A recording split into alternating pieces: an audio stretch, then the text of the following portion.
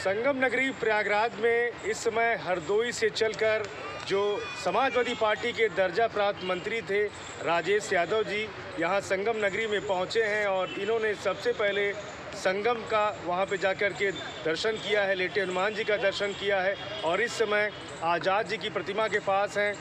जब भी यहाँ प्रयागराज में आते हैं आज़ाद जी की प्रतिमा पर माल्यार्पण करते हैं।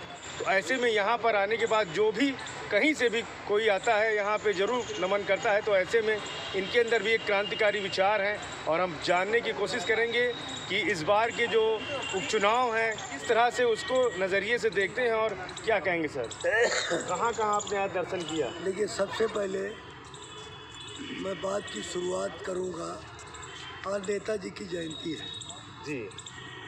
आज प्रदेश कार्यालय पे बड़ा कार्यक्रम, मैं उनके चरणों में अपने आप को नमन करता हूँ।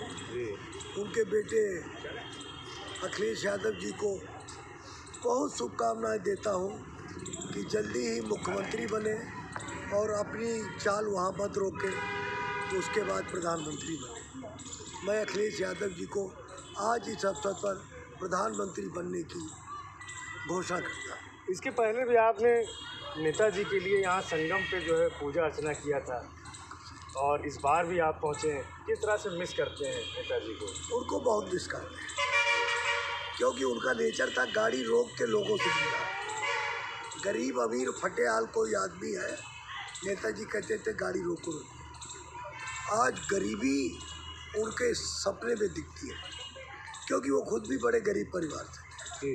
सैपई आप लोग अगर गए होंगे, जो झील बन गई है वो केवल तालाब थी, कच्चा तालाब जहाँ भैंसें घूमा करती थी। बहुत बड़ा गेस्ट हाउस बन गया है। विकास पुरुष वहाँ के रहे, तो वहाँ के नहीं, वो तो दुनिया के विकास पुरुष जी, पूरे प्रदेश के रहे हैं। मैं आज इलाहाबाद के लोगों को भी और प्लस साउथ एशिया के लोगों को भी और हिंदुस्तान के लोगों को, क्योंकि आपका ये वीडियो यही नहीं जाएगा, आपकी न्यूज़ महाराष्ट्र भी जाएगी, कर्नाटका भी जाएगी, आपकी न्यूज़ पूरे दुनिया में जाएगी। मैं आपने प्रश्न जो किया था, अब चाहूँगा कि आप जी, हमने कहा कि उपचुनाव हो रहा है, क्या मान रहे हैं कि इस बार के उपचुनाव का जो एक असर है वो 2027 के चुनाव में देखने को मिलेगा? समाजवादी पार्टी को क्या मान रहे हैं इस बार के उपचुनाव में किस तरह की जीत हासिल होने जा रही है? देखिए, उपचुनाव तो हम 100% जीत रहे हैं, लेकिन ये भी मैं दावे के साथ कह सकता हूँ, उत्तर प्रदेश के भावी मुख्यमंत्री अखिलेश यादव हैं। अखिलेश का इतना चेहरा लोगों में फेमस हो गया है। अभी हमारे यहाँ गए थे हरदोई, एक एक पल पर 500 आदमी थे। मैं गाड़ी में उन्हीं के साथ था। मैं क्लिप भेजूँगा आपको, देखिए कि किस तरीके से जनता उनको चारों तरफ से घेर रही है। युवाओं में अखिलेश जी का ज़्यादा क्रेज है, जहाँ जाते हैं युवा इन्हें घेर लेते हैं। युवा तो घेर लेते हैं, सुनना चाहते हैं। आपको एक उदाहरण दूँ, जनेश्वर मिश्रा जी भी बहुत पसंद करते थे। लोहिया जी के तो वो शिष्य थे, मतलब उनके पिताजी शिष्य थे, लेकिन जनेश्वर उनको छोटे लोहिया कहा जाता है। उनको तो हम लोगों ने खुद देखा है, मोहन सिंह को हमने खुद देखा हुआ है। बिल्कुल। तो ये लोग जो है, बहुत से लोग हमारी पार्टी को छोड़ दिए। 2027 में शिवपाल यादव जी को कहाँ मानते हैं, किस तरह का चेहरा, क्या रोल निभाएंगे 27 में? शिवपाल यादव एक ऐसे कृष्ण है जी, जो रथ को हाँक रहे हैं, और अर्जुन कौन है? अखिलेश यादव। बिल्कुल। इस महाभारत को जीतने में कृष्ण की बड़ी भूमिका है। उन्होंने प्रतिज्ञा की है शिवपाल यादव ने कि अखिलेश को हम मुख्यमंत्री बनाएंगे और मुख्यमंत्री बनाने के बाद प्रधानमंत्री बनाएंगे। बिल्कुल सही। नेताजी ने भी कहा था कि जो हमारी पार्टी का जो हमने बनाया है उसमें शिवपाल यादव जी का भी पसीना खून की तरह बहा है। वो मानते हैं कि ये पार्टी बनाने में उनका अकेले का योगदान नहीं है, बिना शिवपाल जी के समाजवादी पार्टी अधूरी मानते थे। तो राम लक्ष्मण की तरीके से काम किया है। जी बिल्कुल। जितने भी केस लगे शिवपाल पे, जेल गए शिवपाल, गोली चली शिवपाल। ऐसे महान व्यक्तित्व सदियों में एक बार पैदा होते हैं।